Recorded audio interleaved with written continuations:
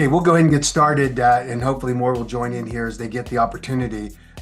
This is Matt Caddo, a Senior Fellow on Public Policy with the American Kratom Association, and welcome to all of you to our May update on things that are happening around the country with respect to Kratom.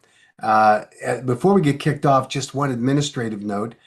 We have solidified the date for our congressional fly-in and congressional briefing.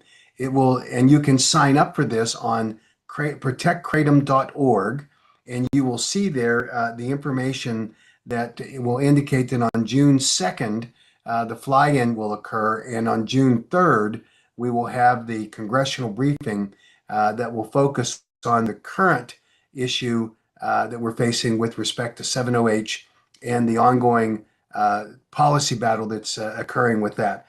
But again, it's protectkratom.org. And what we are going to attempt to do is to offer the opportunity for those advocates who would like to get some assistance from the vendors for travel expenses and lodging expenses while they're in DC. And obviously, we will not be able to accommodate everyone who wants to. So sign up, and we're going to allow then the vendors to, as they're able to do so, to provide that assistance. And you can link up on, again, protectkratom.org/register, and you'll be able to get that information. We wanted to focus tonight on the current issue with respect to 70H. And this is a critical thing that's going on right now in the Kratom community.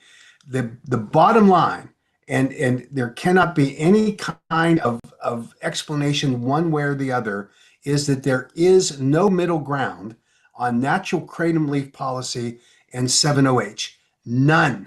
And there is also no legitimate argument that we should not want to ban any product that with respect to 70H. I hear this. I hear people say, oh, we don't want to ban anything, when in fact the reality is that none of us in this particular situation would want to in any way create any kind of confusion about what we are for and what we are against. And we have influencers in this community, and they should not be doing this, but they're confusing consumers on this very issue. They're doing the same thing that the 70H manufacturers did when their products were introduced in what we're now learning in 2021, where they marketed their products as kratom, deceived consumers, and then played it out as saying, oh, well, it's just the natural version and just a different, more powerful version of all of this. It is silliness for us to be able to pretend, for anyone in the kratom community, any influencer to pretend that, oh, they're the same, and we really don't want to be judging people. We don't want people to feel like that we're trying to cut them out of the availability of any of these products. It is ridiculous for anyone to think that that is a good policy position for anyone to be taking. These influencers are the Pied Pipers leading consumers to danger. Would any of us argue to totally legalize the market for synthetics like fentanyl and nitazines? We know that they're harming people. We know that there are people dying as a result of it. That is true today for 70H. And yet there are well-meaning but completely wrong in terms of that argument. They're being made, arguments being made by some of these influencers. Stop listening to them. Hold them to account. Make sure they understand that you're not going to play the game with them just because they have some within their groups that are advocating for the continued legal availability of 70H products. I also want to address something that I keep hearing. It's disappointing, but in reality, again, one of those things that are not true, and it's being done in order to promote the actual agendas of some of the sub-players in the industry, and that is the criticism of advocates. There is no question that since 2016 that there has been a long, exhausting battle, but I have not seen any dramatic reduction in the number of advocates who are willing to put their names on the line, who are willing to show up at hearings. There are occasions where state legislatures and local governments will provide no realistic notice or they hold the hearings at impossible times. And there are occasions when you go to these hearings and the witnesses are not even given the opportunity to testify. That happened to me just this past week when I traveled to South Carolina, and I sat through a litany of witnesses that were promoting 70H and against it. And then in the end, they didn't hear any of the advocates, and I wasn't able to speak either. It is disappointing when that happens. But for critics to say, and I'm being specific here with the BEA people who are saying that, oh, we've just lost the enthusiasm within this community. They simply had to sit in that audience of the South Carolina hearing and see the number of people that were advocates for the natural kratom leaf plant. They were the majority of the people that were there. And I see that over and over again. I will not abide, in my opinion, with anyone who wants to, in order to promote their organization, and I'm talking about the BAE group, obviously with Robin Graham, that to me needs an apology. Not try to excuse it, not try to explain, and not have others that surround her saying, oh, what she really meant to say was. That criticism is misplaced. And I, for one, applaud the various kratom advocates that are out there fighting the battle and showing up at these hearings, emailing their legislators and these local government officials, because without them, we would be losing these battles. And we are always in the recruiting more advocates, but to criticize existing ones just to inflate your own organization makes no sense. I can tell you that the state and local battles that we're now having to engage in are all about 70H. If 70H didn't exist, we would probably be at 30 states, maybe more, that had passed the Kratom Consumer Protection Act. But instead, we're having to answer questions, having to stand before legislators and have to explain the difference, to listen to state officials in the executive branch, as I did in Tennessee when I was testifying, and the chief law enforcement agency at the Tennessee Bureau of Investigations sat at the next table from me and testified that, in fact, that the kratom was kratom created euphoria, that you couldn't test the difference between 70H and natural leaf kratom. A litany of misrepresentations that materially misled the Tennessee legislature and led to our demise in that. Without 70H being on the table, we wouldn't have had this problem. We would not have lost the state of Tennessee. We would have been able to fight the battle that's legitimate, which is that natural kratom leaf products are safe. The science documents that the FDA's position currently on natural leaf kratom products versus these chemically manipulated 70H products augurs for 70H products to be scheduled under the Controlled Substances Act and not regulated. And yet we hear these people beating their chests and saying, oh, we really should not judge people. We shouldn't call for bans. We certainly wouldn't advocate that people should have access to fentanyl or nitazines. Why do we do it for 70H? Because they're exactly the same. I was at the CHAMP show, which is the Alternative Products Trade Show, this past week. I saw, as I walked from one 70H booth to another, the very products that the 70H advocates are saying they're no longer supporting being on the marketplace. Sublingual tablets that you chew them and they dissolve in your mouth, they bypass your gut, they go right to your mu-opioid receptors through the bloodstream.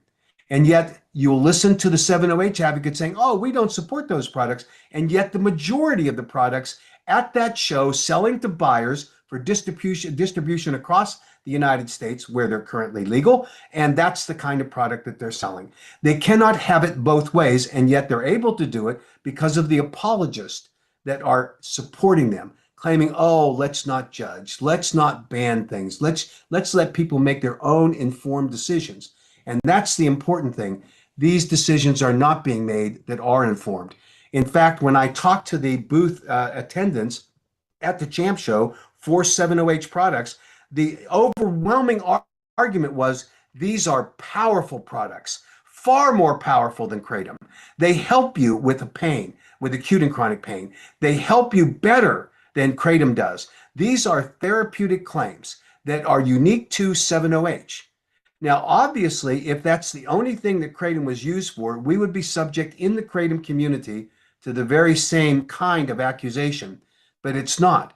We know that among the 9.1% of American people, based on the Grumman Consumer Survey that consume kratom products, that about a third of them use it as a replacement for a cup of coffee, for an energy boost and increased focus. That's not euphoria. That's not that quick euphoric high. That's not the fast crash. That's not the addictive qualities. These are products that are consumed by responsibly by consumers that do not have to worry about the safety profile that threatens them when they take 7-OH products. Many of whom were deceived by the 7-OH manufacturers when they tried to claim that they were kratom products, when in fact they're masquerading as very safe products when they're very dangerous products.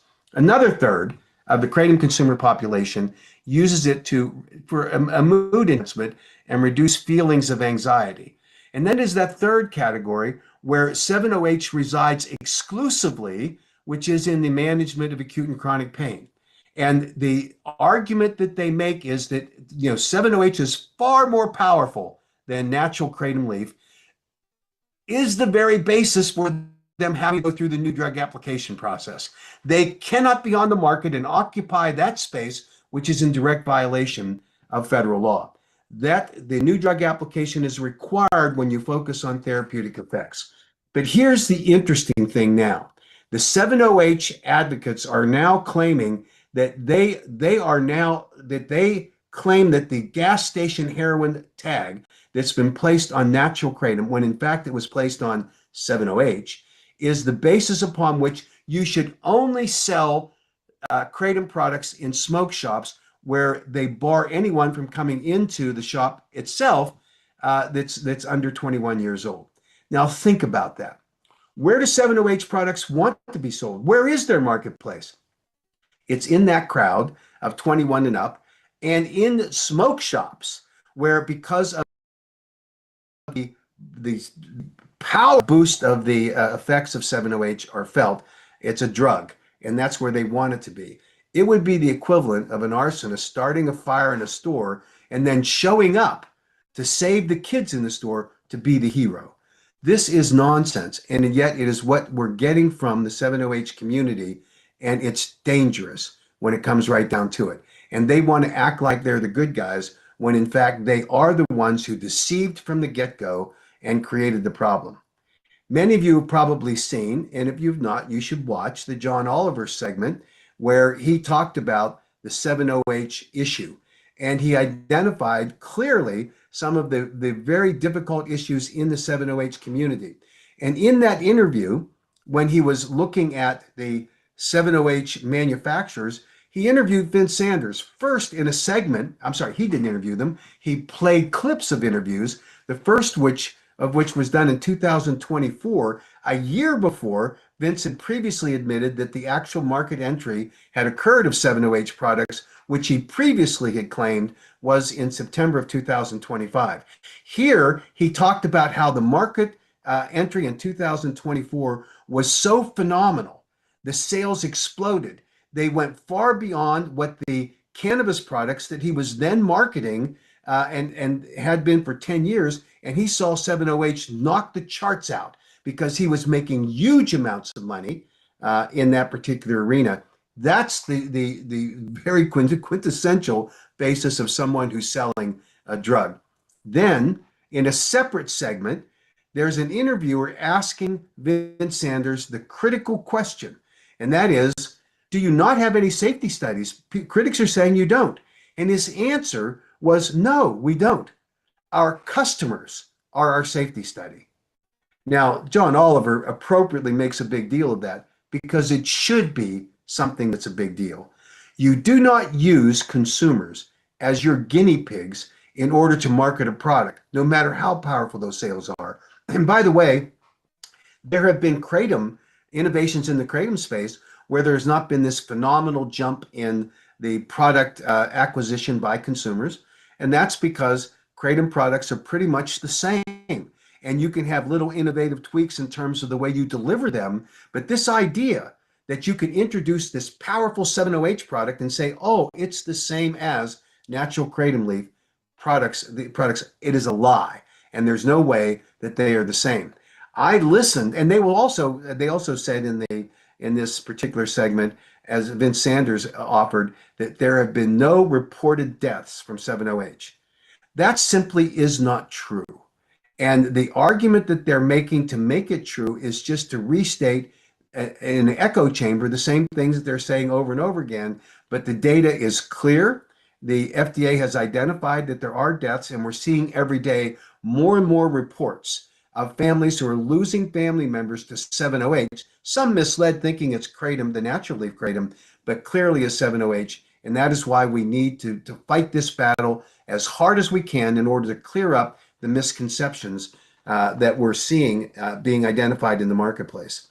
I attended the South Carolina hearing, and there was a witness, his name is Thomas Beckham, who represented to be a major 7-OH manufacturer with facilities in the state of South Carolina, employing over 100 people and projecting that his increase in the actual number of employees would go to 200, showing this rapid growth in the 7-OH product community. He made the point by his representation that not to worry about this so-called synthetic issue because South Carolina's current Kratom Consumer Protection Act bans synthetics, but that natural kratom and 7-OH are exactly the same. There is no way that 7-OH can be properly characterized as being synthetic. Well, that's a surprise to many scientists who have looked at this, who examined it, but they're playing a semantic game. 7-OH is, they're correct, oxidized, and it can be a natural process, meaning that you could expose it to heat and you could take the kratom leaves and put more and more heat on it. You will never get to the levels of 7-OH that would allow them in a commercially viable way to generate 7-OH products. They have to use chemicals, and that is not a natural product. That is at least a semi-synthetic product, and they can play the game, work the edges, and try to manipulate the English language, but this is a product that is not naturally developed, and yet that's what they sat there and what certainly Mr. Beckham said, and he said and he explained to all of these legislators, you have to understand that 7-OH is naturally produced in the body when they consume kratom, natural kratom leaf products, and the liver converts it into at a rate of 23 to 30%. Now that's an interesting percentage game. If you have 1 unit of a product and you go to 2 units, you have a 100% increase. So what they are saying is the liver naturally converts metrogenine into 7-hydroxymetrogenine. It does so at levels that are proportionate to the content of the 7-OH in the natural leaf products, which has been described accurately as trace levels. That's all it is. And the idea that they can make some equivocation to that being the same for 7-OH. Oh, well, for the 7-OH products that are majority 7-OH hitting the liver like a freight train, and the liver's not even able to process it.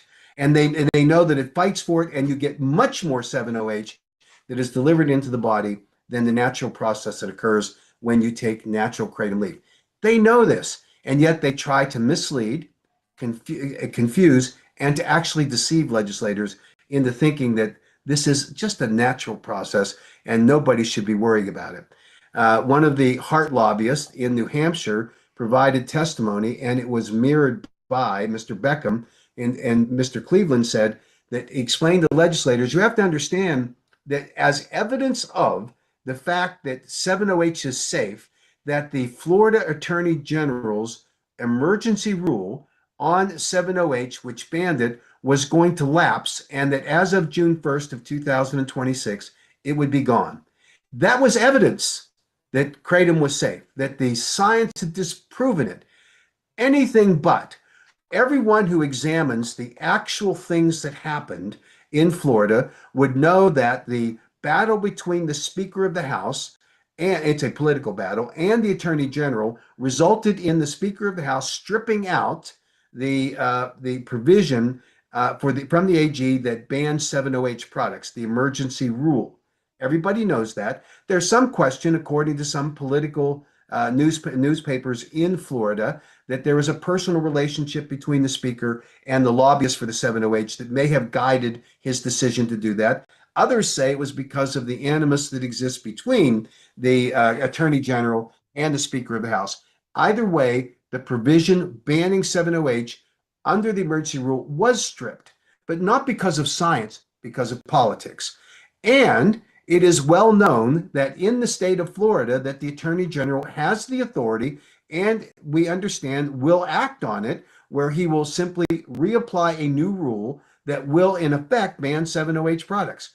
We'll wait to see if that happens, but every expectation is that it will. And the idea that Mr. Cleveland and Mr. Beckham would say to legislators, and mislead them, by the way, that, oh, take it to the bank, it is because 708 cannot meet the scientific standard that's necessary for scheduling. Not true. And I think that's critically important for people to understand. The top story of the day, you probably have seen this, but the President Trump in a Oval Office meeting, kind of laying out his maternal health policy, made a statement with respect to 708, which is now hitting the internet.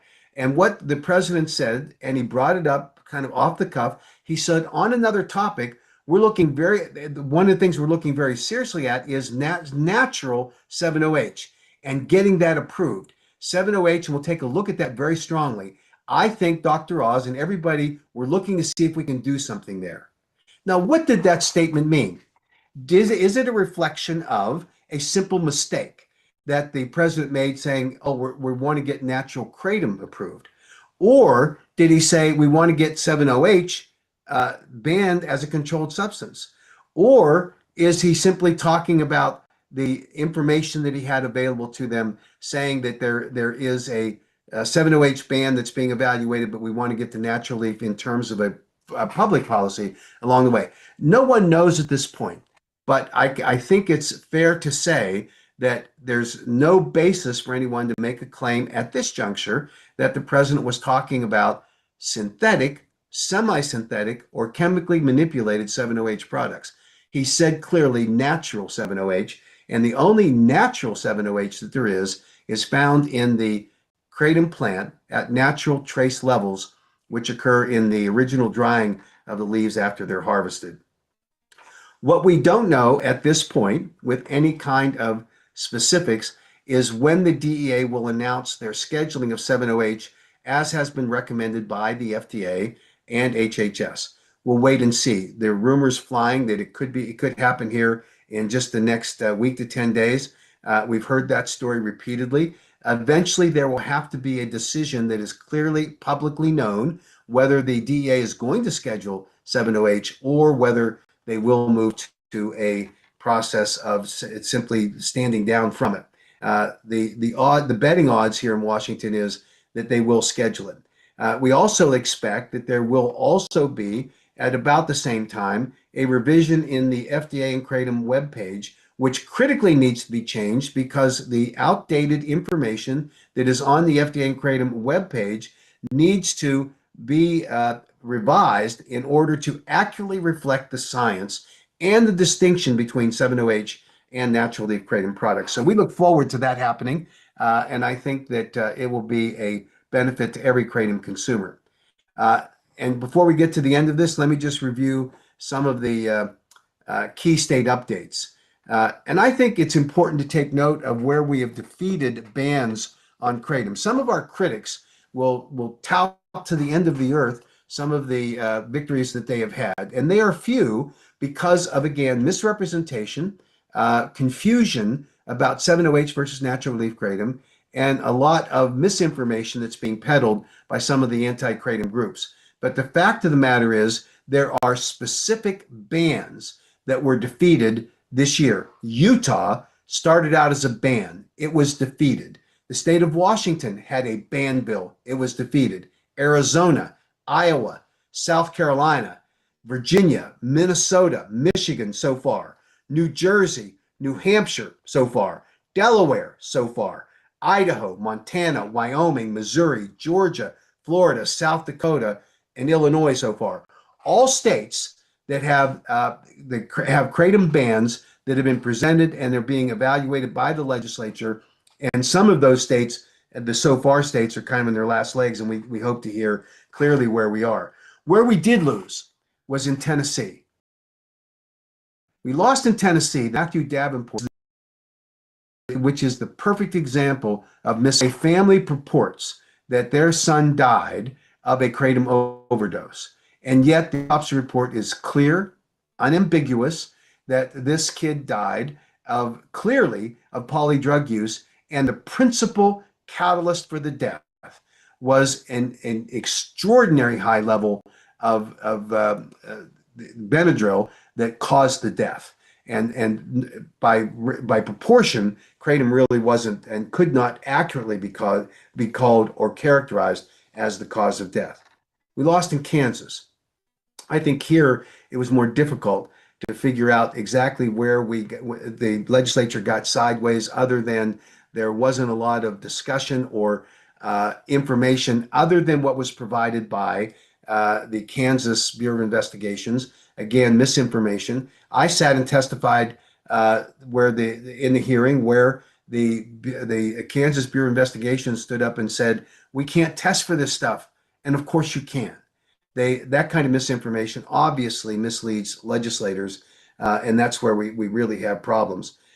We lost in Kentucky, but then got a lifeline. And that lifeline is that the governor properly recognized that in the last day of the session, a kratom ban was slipped into a revenue bill without a single hearing, with it no public testimony and no legislator evaluation of whether or not this ban should have actually taken effect. And so the governor is inclined to allow for the enactment date to be pushed by a year, so that we can go through a legislative session where all of regular order hearings can be held, scientific evidence can be presented, and the impacts of on kratom, a kratom ban, can be articulated by kratom consumers. So we think that that's going to be really important.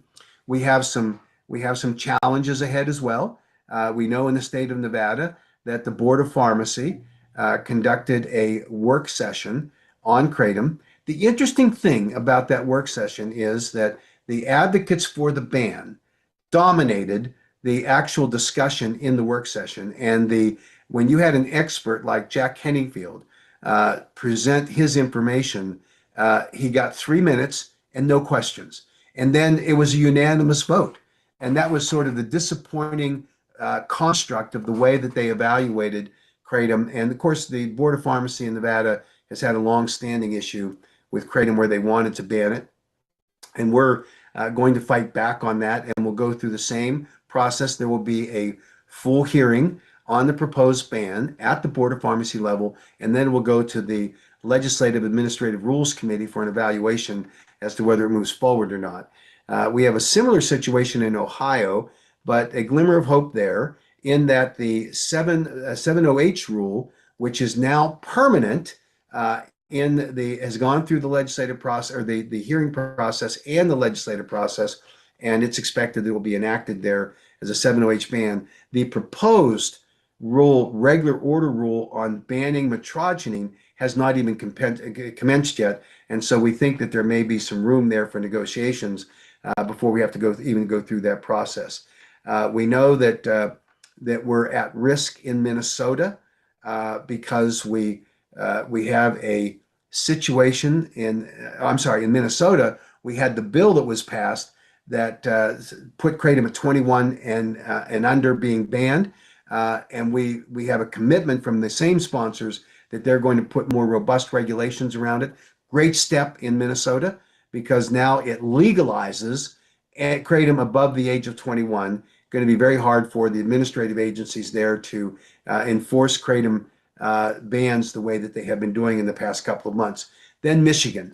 And Michigan's a fascinating case of where politics intersecting with Hollywood can go wrong.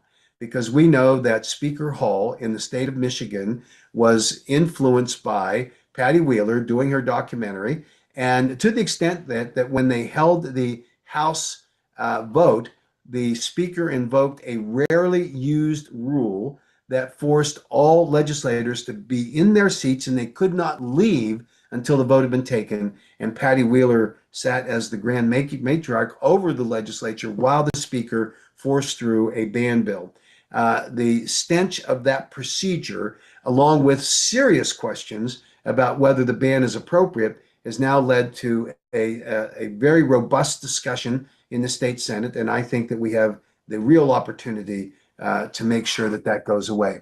Those are the updates that we've had, and I know that we're going to have a number of questions on this, and I'm glad to go through those questions as much as we can.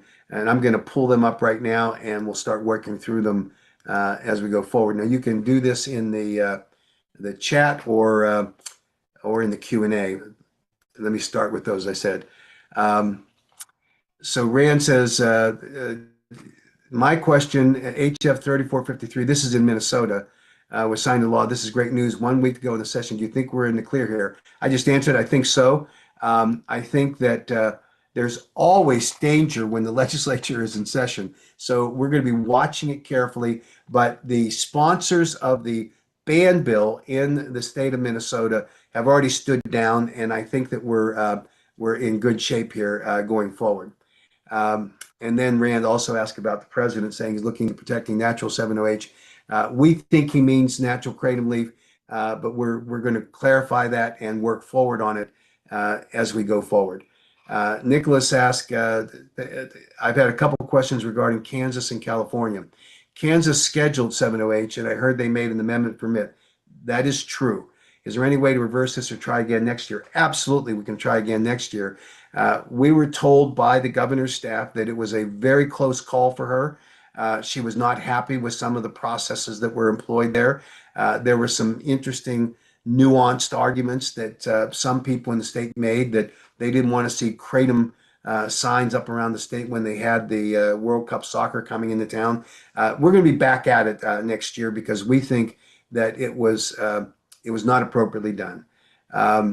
Then in regards to California, I saw a positive report out of Los Angeles where the county health department supported keeping natural leaf legal. Do you have any additional information how this or California situation will go with AB 1088? AB 1088 is the bill that was sponsored by Assemblywoman Baines, and it passed the House unanimously, and it now is being scheduled for a hearing in June before the Senate Health Committee. And we've had great conversations with committee staff and with the members. We think that we're going to see this move quickly there in California. It's critically important that that happens because you have a situation where the California Department of Public Health has decided that the current language in the FDA and Kratom webpage allows them to put a ban on all kratom products in California because the intersection between California law that relies upon the federal law with respect to adulterated products allows them to ban kratom. And so we obviously want to get that language changed on the FDA and Kratom webpage, and that would undermine what California is doing right now. They're wrong, and that's just where we are. The Los Angeles County Health Department has been receptive. I don't know that we're totally in the clear there.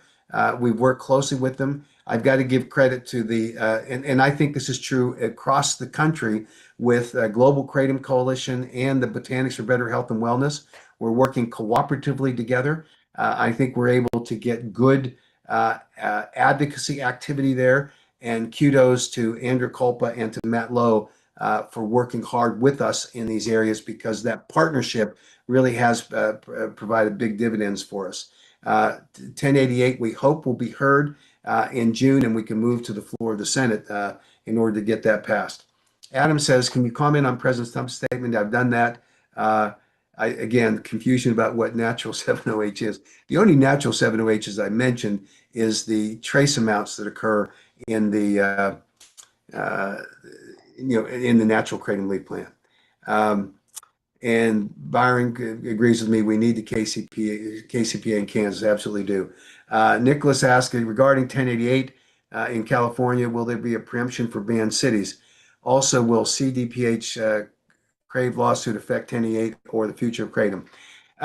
The lawsuit potentially could cover it, but it's the central issue that is being advocated for by the Department of Public Health is the same one that they put into the lawsuit.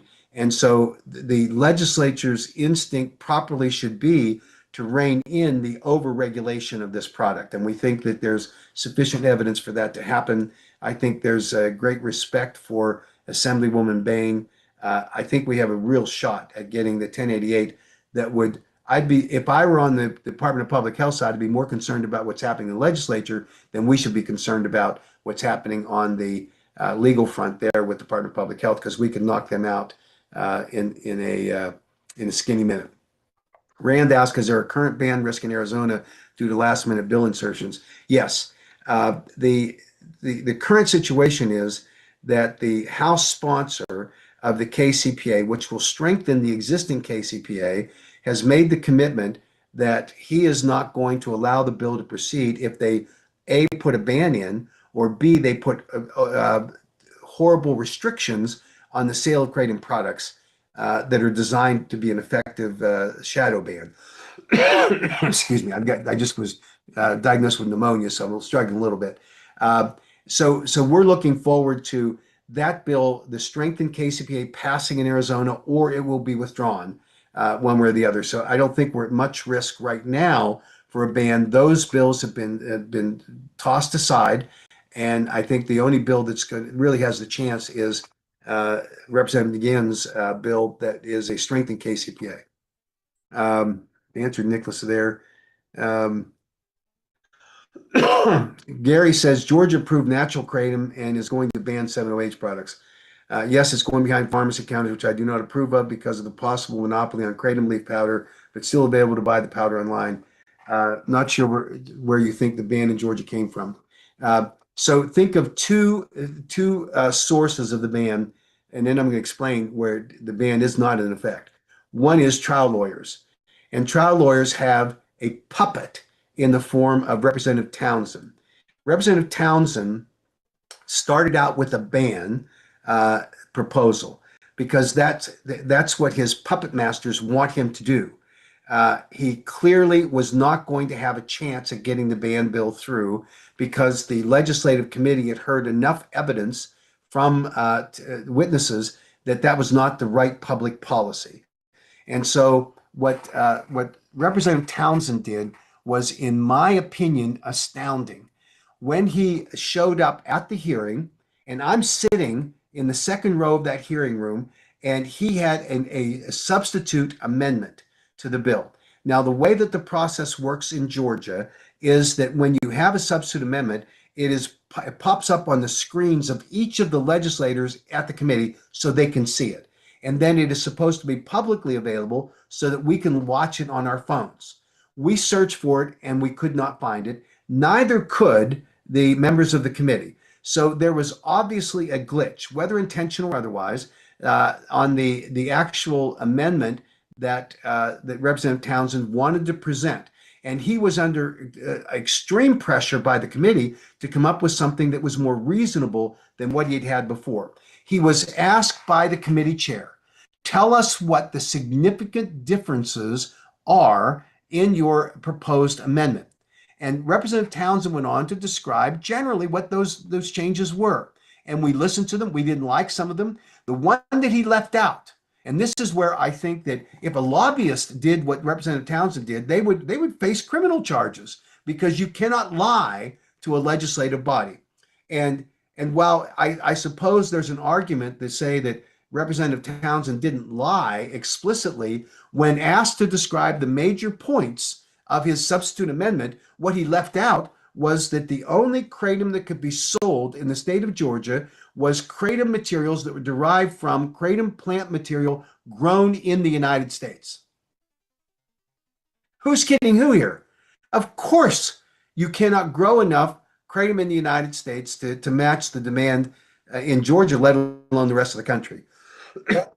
So what he did, I think, is actionable by the legislature, and certainly his colleagues should say he can't be trusted when he's asked that specific question and then delivered that ridiculous answer that failed to include a dramatic amendment that would have been a ban on kratom products. Now, he is he lost. And so there is no Townsend bill that either regulates or bans kratom. It didn't make it through. As a consolation prize, the speaker appointed Representative Townsend to be the chair of a blue ribbon panel that's supposed to look at the effects of kratom sales on youth in Georgia. Now, you know what the front and center example is going to be, and that's the Walker County schools in northern Georgia, where the report was issued that 5 middle schoolers fell sick and they were taken to the emergency room. And then the emergency room released the conclusion. All of the doctors, so they had 5 kids, actually 6, I think. One other showed up. A parent brought them in. 5 were transported from the school. They all of the doctors conferred and all of them concluded that this was definitely kratom, not maybe, not suspected, definitely kratom. We learned that because we FOIA'd, they have another name for it down there, but a Freedom of Information Act for the school district, and we got the documents, and that's what they said. We called the Walker County Sheriff and asked him if he would consider sending the material that had been recovered as evidence at the scene to the University of Florida lab for testing to determine what exactly was in the product that was consumed by the kids.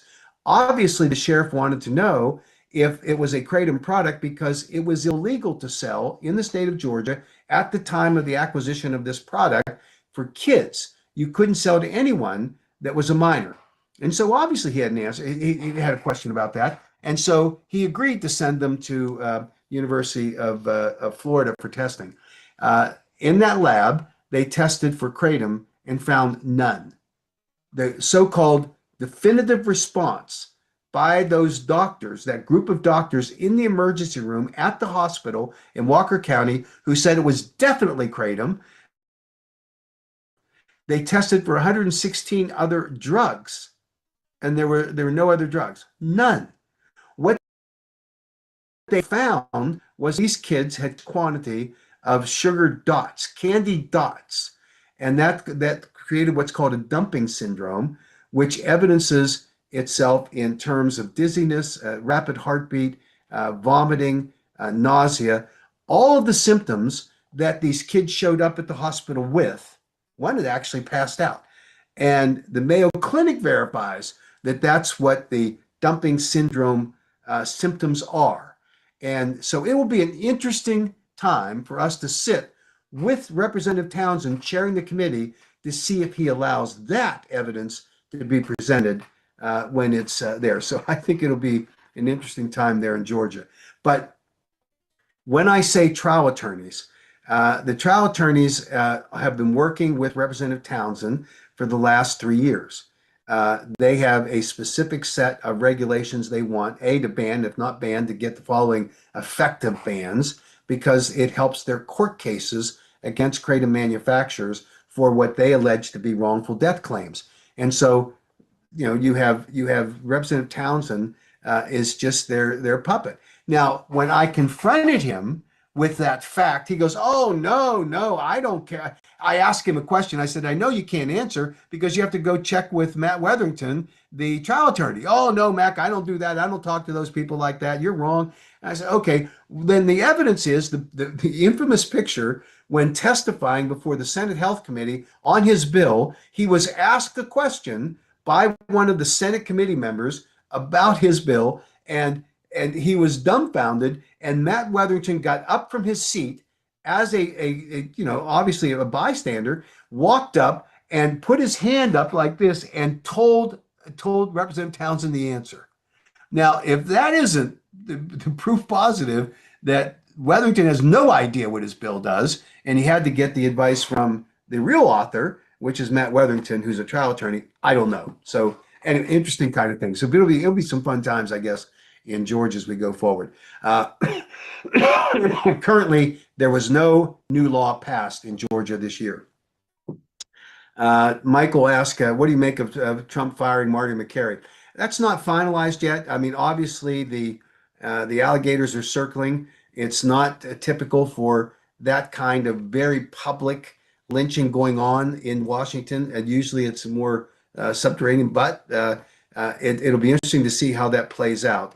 On the assumption that Commissioner McCary is going to be fired or gets a chance to resign, it doesn't mean that the change in the FDA's posture on natural leaf kratom versus 7-OH will change. That's a policy that was obviously influenced heavily by HHS Secretary Kennedy, and I don't think that they could stand to retreat from that. So I think that that's something that obviously we will have to play out and see how it works. Taylor said 2 questions. I'm in late 20s, have a child, wife, and work 50 hours a week, and can't make it to hearings unless I know weeks in advance because I'm usually busy. How can I help more besides the normal written testimony? I feel bad for not showing up to HB 587 and SB 299 in Ohio. Well, first, Taylor, thank you. Your emails make a difference. Phone calls make a difference. And I don't think anyone in the kratom advocacy community ought to be in any way demonized or criticized because they aren't able to do what you've just described because of your family circumstances. I can tell you that I thought it was horrific that you had that criticism and I know they tried to explain it away on the so-called Kratom Gals podcast when you had Robin Graham say, the advocates just ought to get off their butts. Untrue. I applaud every advocate, whether you do emails or whether you do phone calls. Those are important things. So don't feel bad about it. Just stay in the saddle and keep fighting. Don't have to feel bad at all. And then the second question, are you feeling good, bad, or neutral about Ohio? I'm feeling really good about Ohio. I think that the fact that we're at this juncture, we've got some legislation that's moving through the Ohio legislature. The Board of Pharmacy has not started their formal rulemaking procedure on natural metrogeny. We're obviously going to have an occasion to go to the JCAR committee, which is the Joint Committee on Administrative Rulemaking, and we'll be able to make our case there if necessary. But I think we're going to keep pushing along this way. But thank you very much, Taylor, for all the work that you do and your support. Shell asked if we're safe in Mississippi with the KCPA being signed. Yes, for now.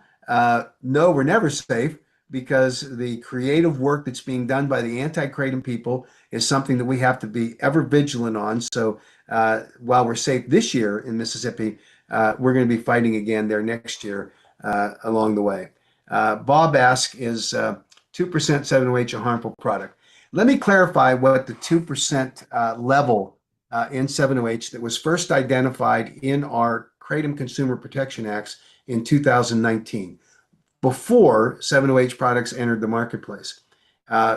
When we evaluated what the levels of 7-OH were in the natural kratom plant material in consultation with scientists, what we found was that none could be greater than 2%, unless it is then chemically manipulated or semi-synthetically derived or synthetically derived. You can't get to that level.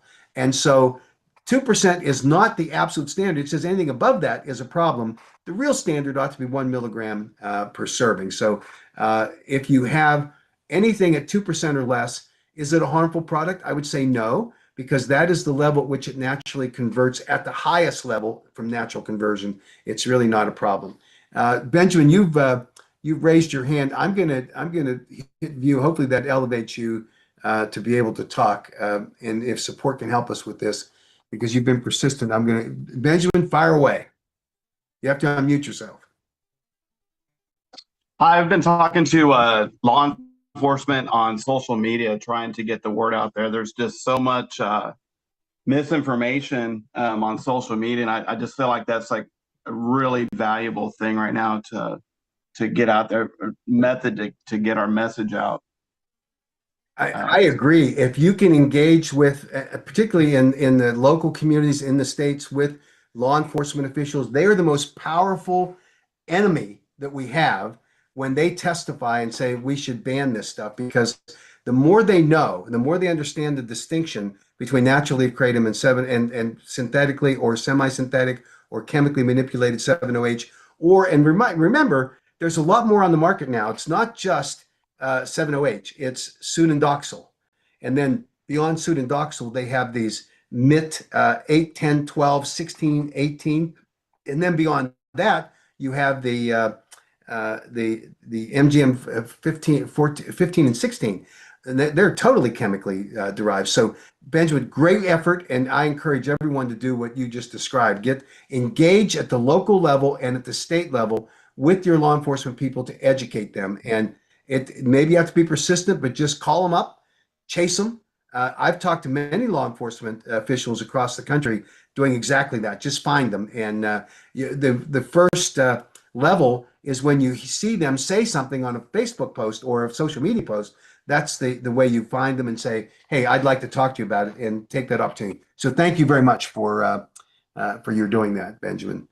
Then continuing on, Alexander says, "Do you think the removal of Martin McCary will be negative?" I think I've answered that. First, I think that we're. You hear me? I didn't know it was going to put my voice on like. So who is this? So thank you very much for. I didn't know it was going to put the audio on. I was like, dude, I thought it was a chat question. I don't know how to answer. All right. Well, thank you. You can go ahead and stand down now, but thank you very much, Benjamin. So we're there on that issue. On Marty McCary, again, I think I've answered that, and I think you're right that McCary, the Commissioner McCary, was pretty nuanced about it, but he was not nuanced about how he felt about natural leaf kratom. He made it clear over and over again. Shannon says, "I'm in Michigan. Other than making calls, or anything I can do, is there specific science I can send to senators?"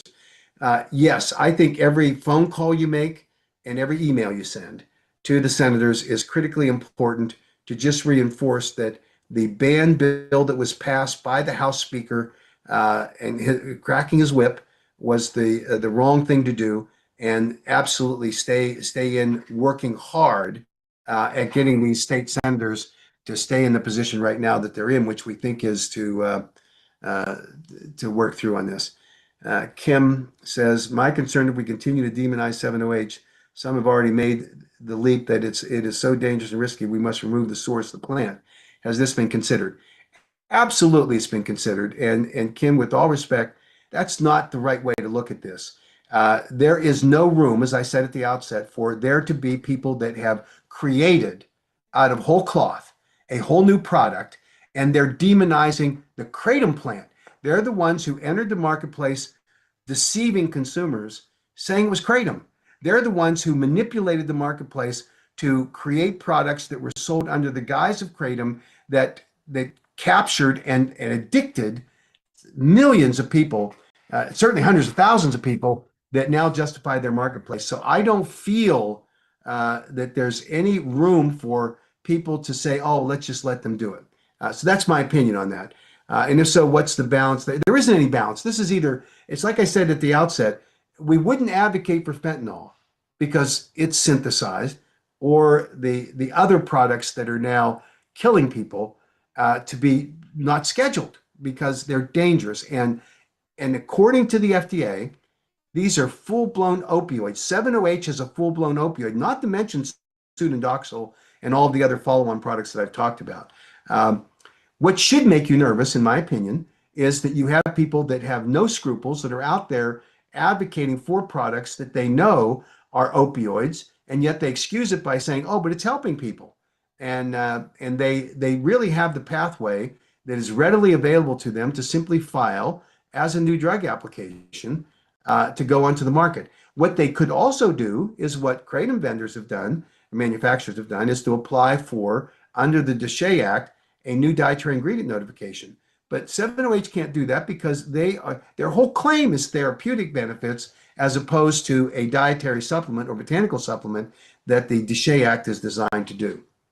So I think that the clarification about these two products is one's legal, one's natural, one has limitations on the alkaloid content of the products, and one is a semi-synthetic or chemically manipulated product that is harming people. That's the distinction, and I think that's the best way to look at it.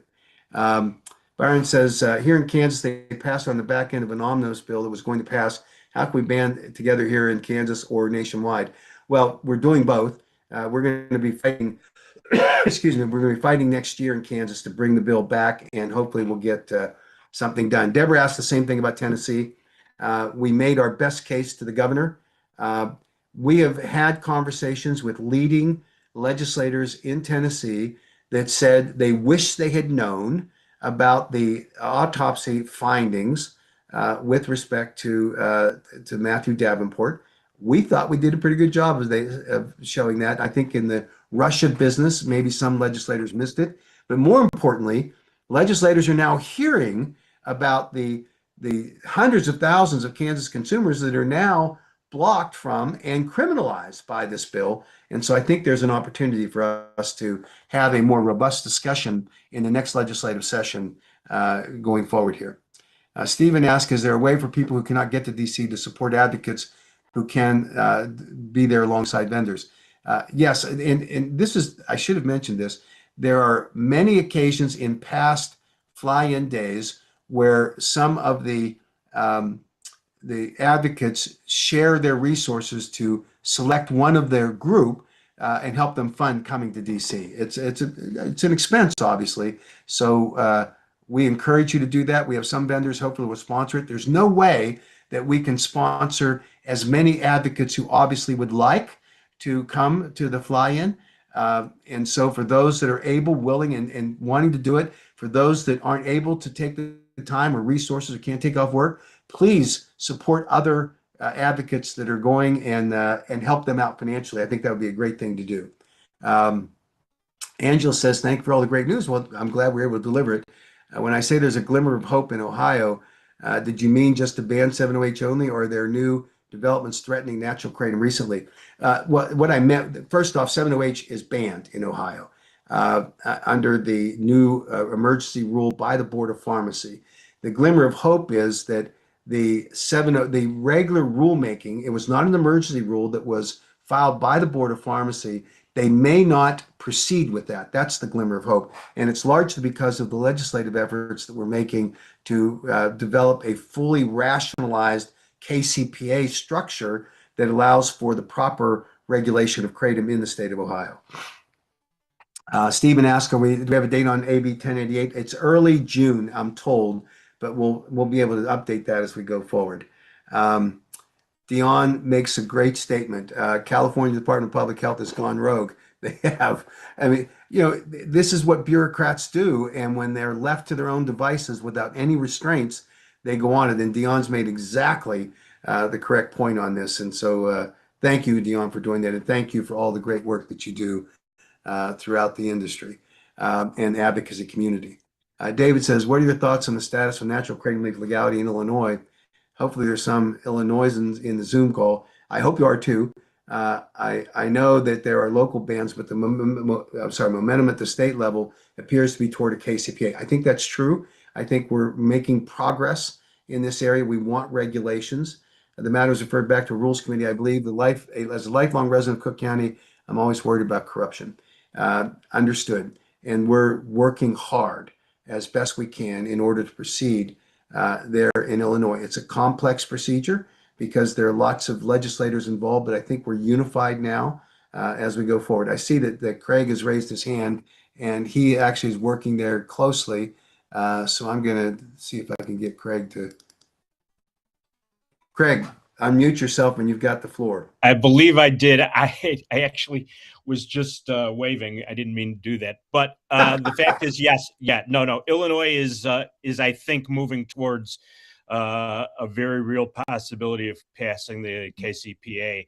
I will just comment that I was at a hearing in Plainfield, Illinois last week, where they were trying to pass a ban on all forms of kratom, and we were successful. Allison Smith was there as well, and we were successful in getting them to put it off for a couple of weeks and get a little more education. I spent about 45 minutes on the phone with the police chief this morning trying to do just that.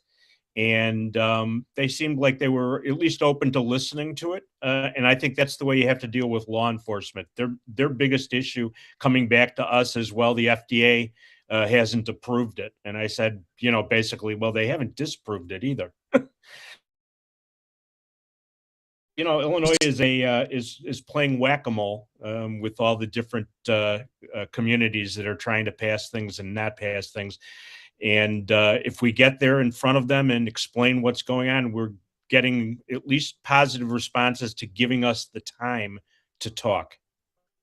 Well said, and thank you, Craig. Craig's with CBD Kratom, is a great advocate for us, and we appreciate the work he's doing, particularly in these local governments, which are obviously problematic to get to.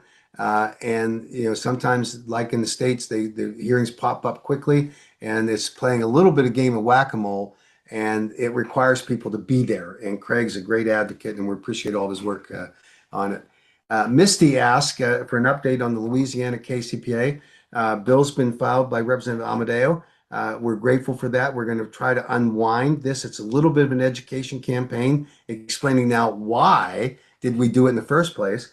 And if I were going to answer that question, the answer is simple. You can look at on our website, you can look at the AKA presentation at the Champ Show, and I show the video of Representative Leo, who was the House sponsor of the Kratom ban bill, and she was asked by a fellow colleague of hers, "What about these synthetics?" And Representative Leo said, "Oh, there's no such thing as a synthetic."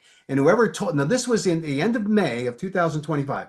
She said, "Anybody that tell the lobbyist that told you that I was born at night but not last night, there is no such thing as a synthetic." And then 2 months later, you had Commissioner McCary and Speaker Kennedy, I'm sorry, not Speaker Kennedy, Secretary Kennedy, stand before the American people and say they wanted to recommend the banning of synthetic 7-OH. Now, if there's no such thing as a synthetic product, I don't know what to tell you. So that's really a problem going away. So we're hopeful that through a combined education process and correcting the record on this, that we can undo that ban and come up with a reasonable regulatory scheme on Kratom. So Misty, thanks for asking the question. Glenn, you raised your hand. I'm going to give you the floor for just a minute. We want to keep going here quickly as we can because I want to wrap it up. Unmute yourself. Glenn, you've got to unmute yourself. All right, Glenn's not able to do that. So let's keep going here until he figures that out. Meredith asked, there have been quite a bit of negative media attention against Kratom in Minnesota. Could that affect the risk of a Kratom ban? I understand and we're trying to work with the media as best we can. We're fighting it, but right now I think we're on the upward trend here in Minnesota. We're going to get a full-blown KCPA in the next session. So Glenn, looks like you unmute yourself. You've got the floor. So Glenn, you've got to speak. All right, he must be having some problems. Gary says Townsend asked to meet with me. Gary, God love you. Take advantage of that. I mean, every voice that he gets in his ear, he needs to hear it. And because he likes to just, hear no evil, see no evil. That's the way he operates. And so please take advantage of that. And if you need any help, I'm glad to join you. If you like. I've had many conversations with him. Chris asked, do we have clarity on the new Utah law, specifically online sales in the Utah, and what is the current conclusion?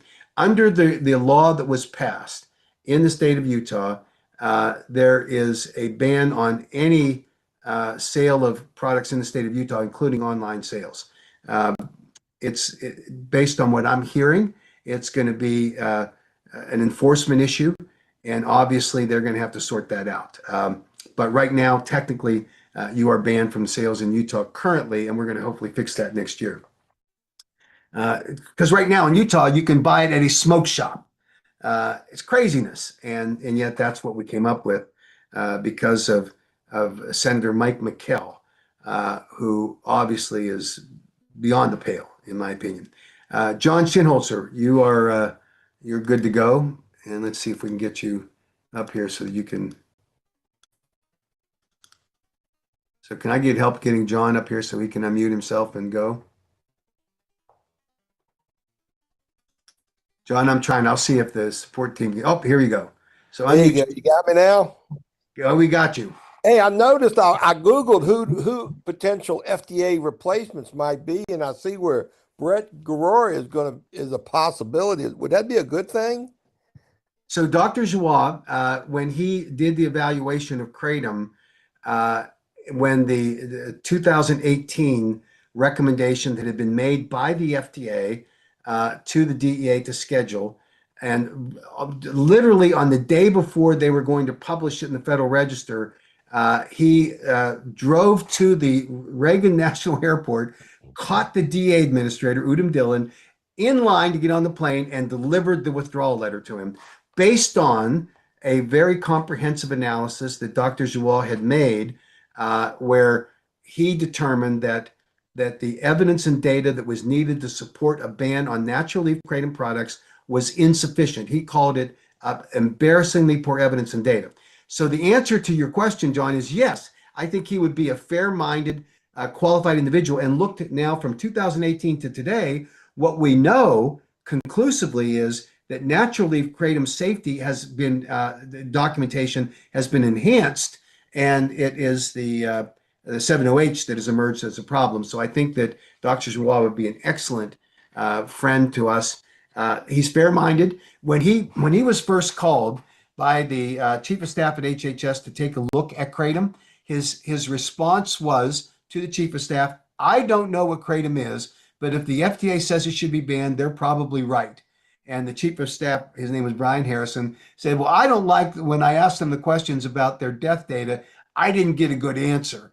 And so I'd like you to look at it." And so to his credit, Dr. Joie did a real evaluation and concluded that it was insufficient evidence for a scheduling recommendation, and he withdrew it. So I think that if Dr. Joie is on the plate, that would be terrific. If McCary gets booted, which is possible, obviously, we'll see what happens. Thank you. Great. So Bob says, I believe you came to South Dakota and supported a 2% limit of 7-OH in kratom.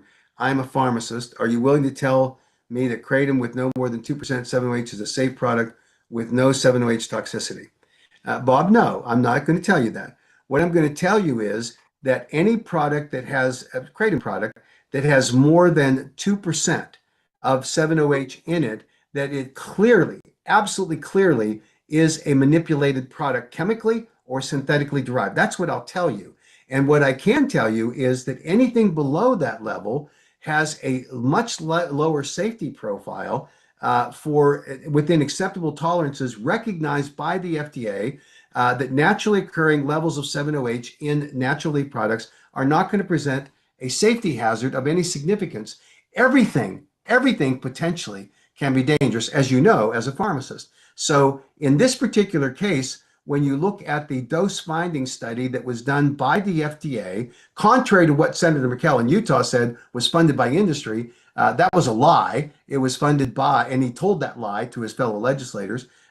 What we have today is that dose finding study determined that at 12 grams, they had no significant adverse event, only nausea, which was also experienced by the placebo cohort. So, Bob, I think your point is well taken that anything can, in fact, pose a potential threat to the safety of a consumer, which is why, and I urge every consumer to look at the labeling on a product, because the labeling requirements that are mandated by federal law for the manufacturer of whatever product form that the kratom product is in, whether it's a powder or a capsule or a pill, very few of those, or if it's in a tincture, that it has to have a recommended serving size backed up by the safety data that shows there's a reasonable basis for safety.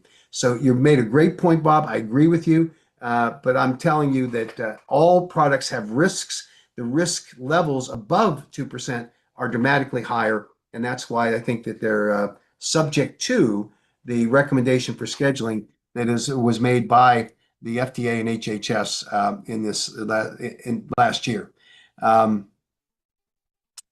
So Byron asks, so Mac, last question. I order mine online, so I have to travel to get it. Correct? If we're talking about Utah, that's correct. I can't recommend you do anything that's going to violate the law. Um, and Miri asks, is the AK planning on fighting the Sterling Heights, Minnesota ordinance directly? We're fighting every place we can get people activated. So I don't know the specific answer, but between the Global Kratom Coalition, the Botanics for Better Health and Wellness, and the AK, we're trying to get to every local government to where they pop up with these kinds of bans. Nicholas says, do I have any updates on Wisconsin at all? Thank you for that question. I just talked to Heidi Sikora earlier today on a text exchange. We had developed a theory that we could challenge the current ban on kratom in Wisconsin by the Controlled Substances Board because of their acknowledgement that kratom doesn't meet the 8-factor criteria. We were asked by some legislative leaders to stand down and let them solve it. They haven't done it.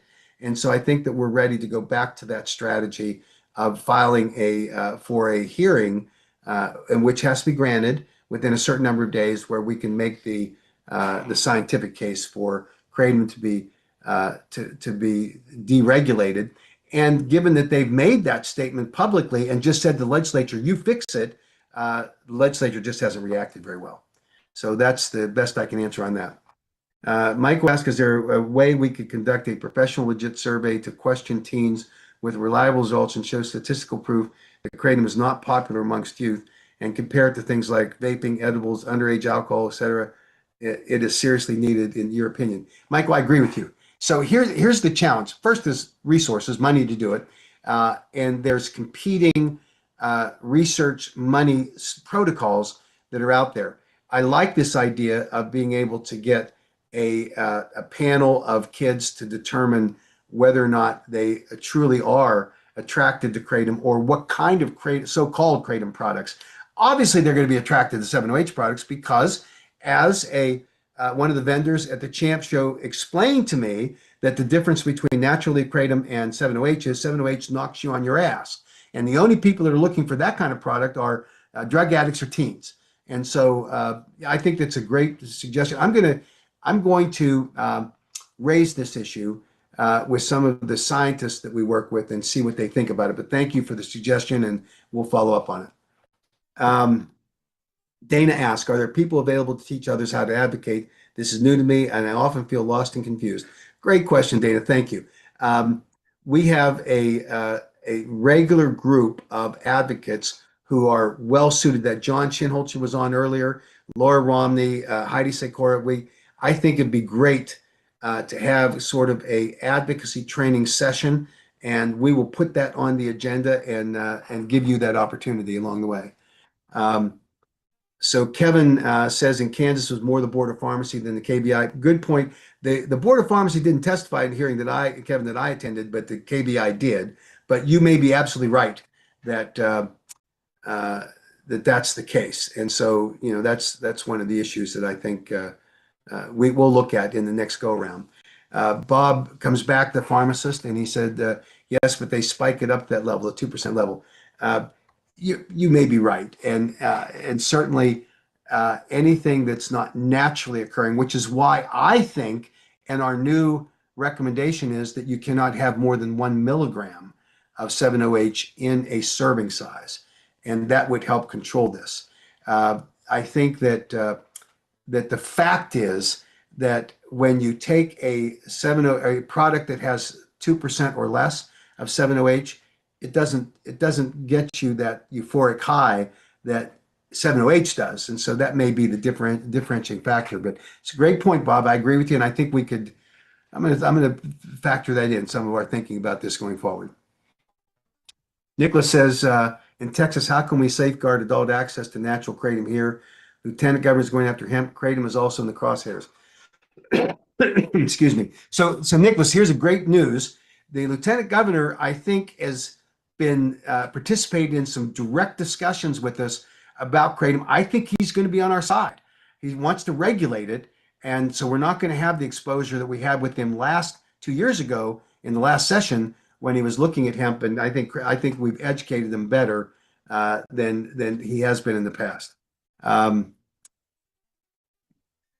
Bob says, what is the percentage strength of metrogene in kratom? This depends on the product formulation, but in the natural kratom leaf, metrogene makes up about 66% of the, on average, of the kratom plant material of the 50 some alkaloids.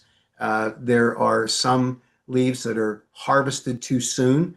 Farmers over there in Indonesia want to get money, and so they pick them too soon, and they have a lower mit count, higher speciacilitine, which is problematic. But that's why the vendors test for the mit content, and they're not going to take some of the bad stuff. David, very long question. I'll try to get through it. I have been actively engaged in state and federal advocacy, including filing formal grievances with the Commonwealth Ombudsman and the Kentucky Board of Pharmacy regarding 708 scheduling and resulting medical abandonment of paying patients, as well as submitting public comments to the FDA and conducting direct outreach to Senator Berg and Representative Rokes. Given this experience, how can we best leverage these specific localized efforts and individual legislative pushbacks to strengthen the AK's national messaging during the upcoming congressional DC Visits Day? So, David, thank you. I think the first top answer is, if you can make it, visiting your offices from your state of that congressional delegation, both in House and Senate, is critically important. Love to have you do that and be here to do it. I think your experience in working in the way that you've described is fabulous. And I think you can be kind of a leader among the advocates as you have those discussions with these legislators in this fly-in day. So I think that's terrific. And so I think going forward, that will be something we can work on. Certainly we'll do a training of the advocates who are able to come to DC before we actually deploy on that day. And so there you have it. So Craig just reports back that the standard comment from the law enforcement is the FDA hasn't approved it. That's true. And of course, the answer that I give, and this is equally true, is that you can walk into a dietary supplement store and you'll see hundreds of products that weren't approved for any medical use by the FDA and yet are used by people to maintain their health and wellness. And the number nationally is thousands of dietary supplement products that are in that same category. So just saying that in fact this hasn't been approved for medical use doesn't mean a lot, and isn't required unless it's a new drug application. Bob asked, "Can I have your email offline? I'd like to understand the 2% calculation." Yeah, it's mhatto@americankratom.org. Bob, I'd love to have the conversation with you. mhatto@americankratom.org. Bob says metrogene is the primary active alkaloid in natural kratom leaf, typically consisting of 0.5% to 1.5% of the dry weight of the leaf. Yeah, you've gone into fairly technical area. I agree. I understand completely what you're saying. When you start to create products that are based on natural kratom leaf material, the percentage of metrogene in the raw leaf material is in that roughly 5 to 15 milligrams per gram of powder. The issue is where 708 comes into play. And I think that's the difficult issue that we have to sort out on a product formulation basis. But love to engage more with you because I think it obviously raised some great things here. Richard says, are there printouts on the AK website that we can attach to our letters or hand out face-to-face meetings that explain the science of kratom and the aftermarket products? Great question, Richard. I think there's some that are useful in that regard. Some of them are too long to be a one-pager. But I think we have some materials up there that you can use, and we'll take a look at it and see if we can put more of those the way it is. Billy Christian, I'm going to recognize you. If we can bring him forward and let him unmute himself, that'd be great.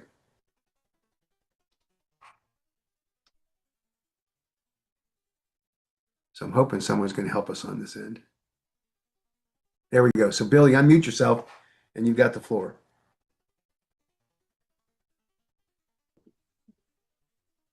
Can you hear me? I can. Hey, how's it going? Very nice to meet you. Stop touching it. Well, nice to meet you too. One second. It's recording. You're trying. Sorry about that. Okay. Okay, yeah. So I just wanted to weigh in a little bit on all the information that we have on like stuff for this scenario. Okay. Yeah, so I know that it was intentional for people that tried to make this 7-hydroxy. They were known and they were told that this is not the correct alkaloid to do extractions at that level. And certain companies did it on purpose, even though they knew um a lot of stuff about it and stuff like that, that it wasn't the right thing to do. And they were doing it to target the industry on purpose and stuff like that. And I think that I know back when they tried to ban kratom in it was like 2016, and everybody went to the courthouses and stuff all at one time and stuff like that. I know that was like extremely effective because there's a lot of stuff they have out right now that they basically are trying to legalize that that they shouldn't be trying to legalize, but yet they're just trying to throw kratom up there to say, oh, this is what you should be fighting against and stuff like that. But at the same time, they're legalizing all these drugs and stuff like that. And so I think that like somehow if we get the information to like Trump office or something like that for him to do it in like an analysis, then I think that they would like actually be able to freeze a lot of this stuff because it's some of the same people that are arguing with him are the ones trying to ban kratom. So another reason why you'd probably want to do it, do an analysis for why are they trying to do this with kratom so bad and stuff like that when they have Mr. Boston's liquor that causes people's organs to, and that's alcohol and stuff. I'm not hating on alcohol itself, but versions like the 99 proof is lethal compared to kratom and stuff like that, as well as, I could go on for all types of other scenarios. And once the people realize and are like actually reviewing the evidence, the ones that are trying to ban this, and then people actually do like a rally, like where we're actually like whatever they did in 2016, where people, because we had to go to the courthouse in Georgia. I didn't make it to Washington, D.C. whenever they tried to ban kratom then, but then we made it to the courthouse, and that did a lot. So I think that, how people went and they all talked and they all went to the courthouse that one time when they tried to ban kratom and stuff like that. So I think that that's like the best move you could possibly do is whatever that is like, the walkout scenario, what we did in 2016, or I don't know if it was like 2014 or not. It was 2016, and yeah, Yeah. absolutely right. You're correct that the deliberate entry into the marketplace by these bad actors was designed to do exactly that. They knew what they were doing. And the best evidence of that is uh, when Vince Sanders was asked by a distributor on a social media post immediately after the ban was recommended on July 29th, 2025. Vince Sanders and the distributor saying, should we take this stuff down? Because it sounds like it's dangerous. Vince Sanders said, no, it's the best advertising we could have.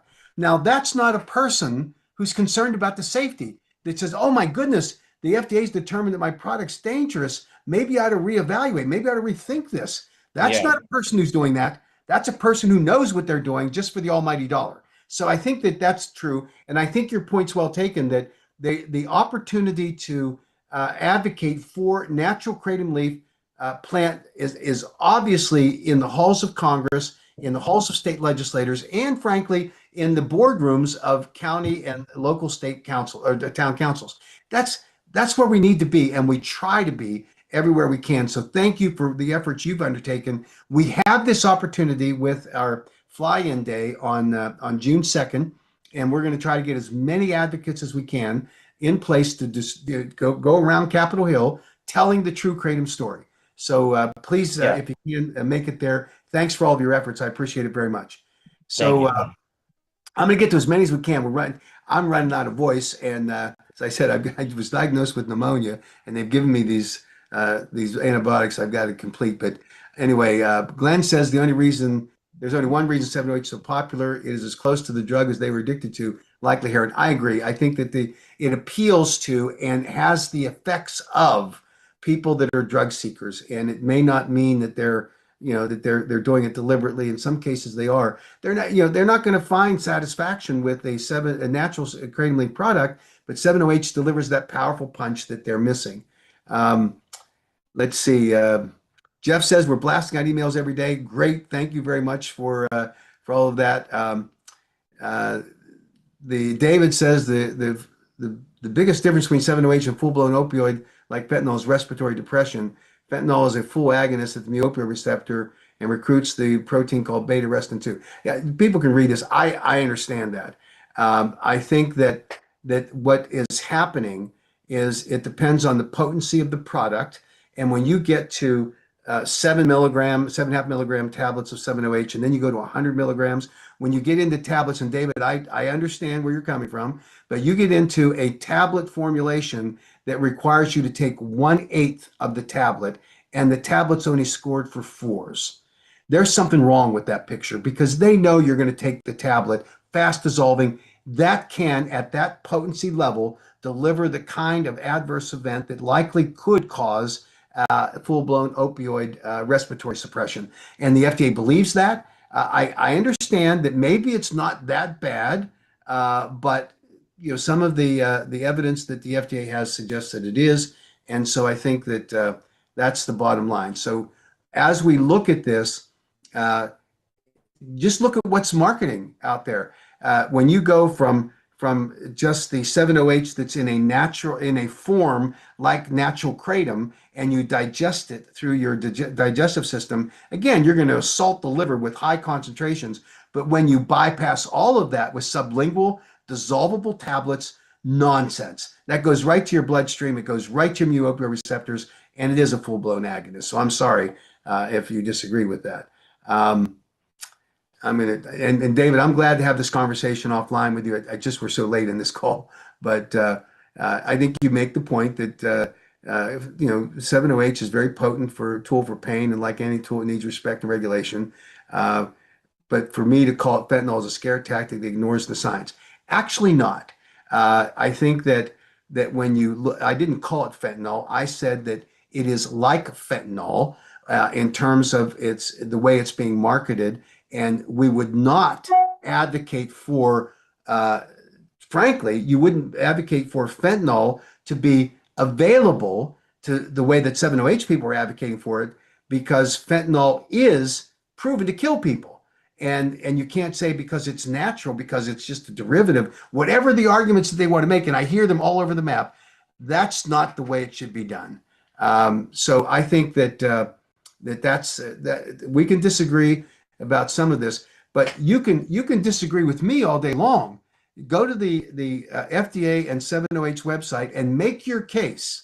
Make your case that, and you can go to the DA and make your case and see if you are going to sell it. But I continue to believe that the distinction that I was making is accurate, which is no one would recommend that we should allow fentanyl to be on the market, and that's what these advocates are saying.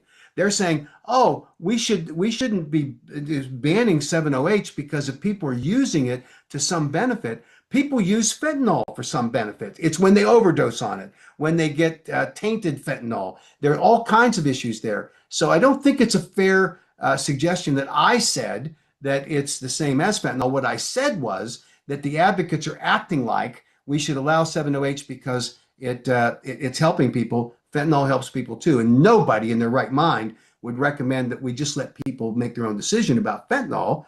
And that was a point I was trying to make. And if I didn't make it well, I apologize. Or if you bastardized what I said, shame on you. We can decide when we look at the record as we go back and forth. Misty Brown says she's getting off her butt to go to DC. I hope all of you do. I hope we can all see you there along the way. So that'd be great. So I think that I'm going to have to cut some of these off real quickly. Trevor asks, what will it take to get kratom sold at normal places instead of smoke shops?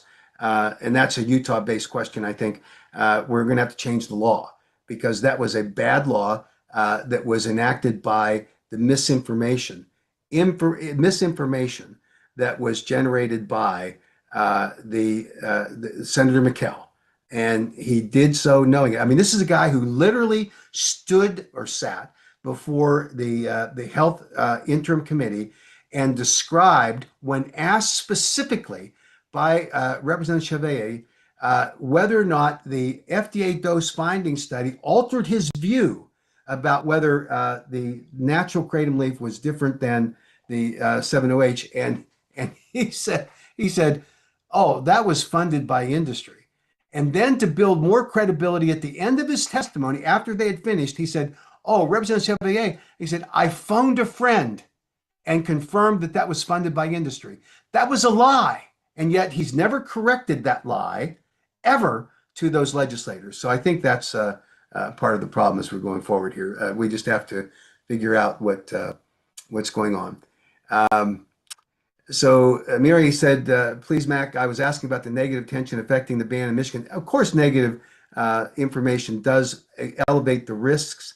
And I think that we just need to fight back with good, accurate information as we go forward.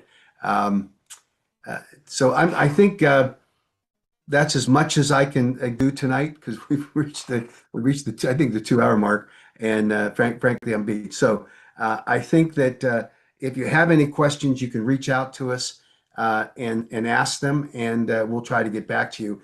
For information about the fly-in, you can reach out to the staff here at AKA. Look on our website, and you can go to protectkratom.org, and you can then fill in whatever question you have there with respect to this. So I think that's where we are. I think, see, is Heidi on here? Do we know? I don't know if Heidi's on. I was going to give her a chance to say something, but she's one of our fabulous advocates. She, along with Laura Romney, who just tirelessly work for what we're doing. So there you have it. Thanks to everyone. And you know, if I was too tough on some of you, I apologize. It's not, well, some people say it is my nature, but I can tell you that that our goals are the same. Oh, Heidi's here, so I'm going to let her. We need to elevate her so she can give us some information here before we quit. Heidi, just unmute yourself and you've got the floor. Hello. Can you hear me? Yes, we can. Okay. Yes. What did you want me to talk about? Well, I wanted to give you the chance because I thought I saw you on here, and I think that people generally are asking about how we effectively communicate the science information. As a medical professional, you've been doing this in such a magnificent way. So I thought you might be able to provide some advice on how people can talk with these public officials in terms of how to convince them that the science clearly suggests that natural kratom leaf is far different from synthetic or semi-synthetic or chemically manipulated 7-OH. Right. Absolutely. Well, you know, obviously, I think, first of all, the most important thing are those personal testimonies and having those be prepared, and how that has really impacted the function in people's lives, so that they understand that this is not a get high product. It's something that actually improves function. And having a printed testimony, and especially having a personal picture on it, even a family picture, I think is very helpful. It personalizes it. As far as the science, you know, I've got, and obviously the AKA has multiple tools, International Plant and Herbal Alliance, that I'm working with Laura Romney. We have multiple information sheets. We have state fact sheets, you know, science fact sheets, etc. And so, you know, I'm absolutely willing to share all those. And we do have the advocacy cheat sheet with evidence-based statements. I think that that's a good thing for everyone to have on hand when they go to talk to their legislators. So I'm, you know, happy to share, you know, any information that people want, and some simple one-page sheets that I think will be very helpful. That is fabulous. Thank you. And I cannot sing the praises at a higher level than is possible for me, for Heidi and Laura and her team. It's just fabulous stuff that they're doing. So thank you. No, you're welcome. So should I just say my email out loud, or you want me Sure. to? No, you Okay. absolutely can. All right. It's kind of long. So it's Dr. like Dr. Heidi, Heidi, Sykora, Sykora at plantsandherbals.org. Great. And if you could put it into the chat side, and because I'm gonna take the last couple of minutes just to conclude one thing in response to Lewis. Lewis, in the comment section, says that I'm full of crap, and I cleaned that up. Because of you and the AK, the whole plant is being banned. So a couple of things, Lewis. First off, you wouldn't be able to say that on a 70H if you were saying how great the natural plant is, because they don't let you on there to do that. I have been banned from 70H advocacy discussions. I don't ban people here, and we don't ban people here. So you at least have the ability to express your opinion, and your opinion is now public. But let me tell you the underlying premise here. We had recommended bans on kratom both in 2016 and 2018.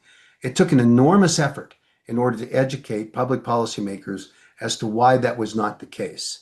Now, fast forward to 2025, when the FDA made and HHS made the recommendation for kratom, 70H, to be scheduled as a Schedule 1 substance under the Controlled Substances Act. And here's the important factor. In order to schedule, you have to pass the 8-factor analysis. 70H passed that 8-factor analysis. Kratom, natural kratom, does not and has not. And there is a 70H 8-factor analysis that was presented, evaluated by both individual scientists and the FDA to the DEA. And so that science is there as an 8-factor analysis. And I think that it's the same.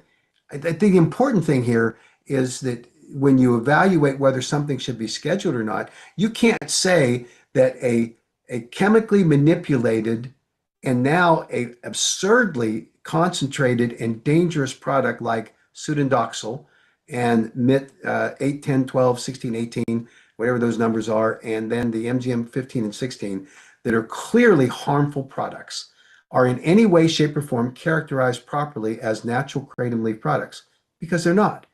And we are not going to allow the whole thing to get drugged down if we don't step up and say appropriately deal with these chemically manipulated variations of the product. Bottom line.